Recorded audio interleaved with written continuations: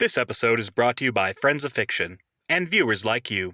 Thank you. And I say, hey! DW is playing with her dolls. She imagines a scenario where a bride and her servant are trapped in a lifeboat surrounded by hungry sharks. We're not even 10 seconds into the episode, and already DW's unquenchable bloodlust is on full display. DW refuses to share her toys with baby Kate, who accidentally breaks one of the dolls. DW cries to her mom that Kate killed her favorite doll, which is some very specific wording to say the least. Mrs. Reed ignores her daughter's psychopathic tendencies and tells her to play nice with Kate. DW continues to bully her baby sister, even threatening to pinch her until she cries. Mrs. Reed has had enough of DW's shit and tells her to go to her room. But what did I do? You were born! DW is surprised her actions actually have consequences. She convinces herself this is all Kate's fault. DW begs her mom to let her come back downstairs. Mrs. Reed tells her she can come downstairs in 10 minutes. DW starts crying that her mom doesn't love her, which she instantly stops once Mrs. Reed is out of earshot. DW impatiently watches the clock, fearing that time has stopped. She leaves her room to find that time has in fact frozen, and she couldn't be more thrilled. She takes advantage of the moment by stealing Arthur's cookie and giving away his dog to the Tibbles. What is wrong with you?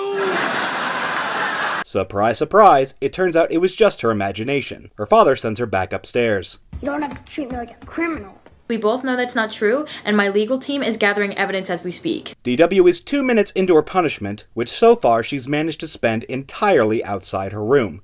DW claims she has the meanest parents in the whole world. DW is such a bad liar, even her imaginary friend calls BS. DW reminds Nadine of when she was forced to be Arthur's slave while he was sick, which didn't happen. And the time her family went to Cousin Lucy's wedding without her while she was forced to stay home and clean, which also didn't happen. DW leaves her room again to beg her mom to end her punishment. When her scheme fails, DW decides to go over her parents' head and tattle to Grandma Thora. Nadine reminds DW she isn't allowed to walk to Grandma Thora's house by herself, which wasn't a problem when she ran away when Kate was born. Instead of just calling Grandma Thora, DW decides to sneak out the window until she remembers how gravity works. DW leaves her room for the 4th time in 10 minutes to find her family playing happily without her.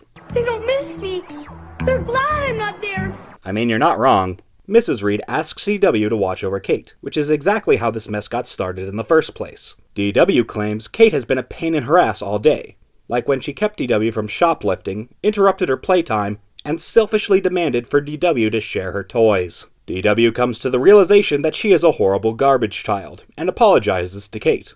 Too little, too late. Her mom comes in to tell her that her punishment is over, even though she was only actually in her room for about 5 minutes. DW now wants to stay in her room and play with Kate, but just when it seems like she's changed for the better, DW goes right back to torturing her dolls by feeding them to her sharks. Let's review. DW refused to share her toys and threatened to hurt her baby sister. When she got grounded, she spent half her punishment sneaking out of her room. She tried to paint herself as the victim by making up blatant lies about her family and tried to run away to her grandma's house. She convinced herself her parents didn't love her anymore and that baby Kate was the source of the blame. And it was only after her epiphany that DW realized how much she sucks and decided to show a shred of dignity to her sister. F you, DW. This episode is brought to you by Friends of Fiction. Friends of Fiction is a student-developed and produced sitcom for intermediate and advanced television production at Missouri State University. The series follows a failing detective as he tries to avoid financial ruin by renting out rooms in his house to a cast of colorful individuals. You can follow the series' development by subscribing to Friends of Fiction on YouTube and donating to their crowdfunding campaign.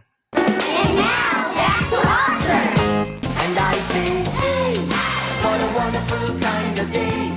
If you could learn. Next time on FUDW. You can come out when you learn to be respectful. I was respectful. I didn't even put a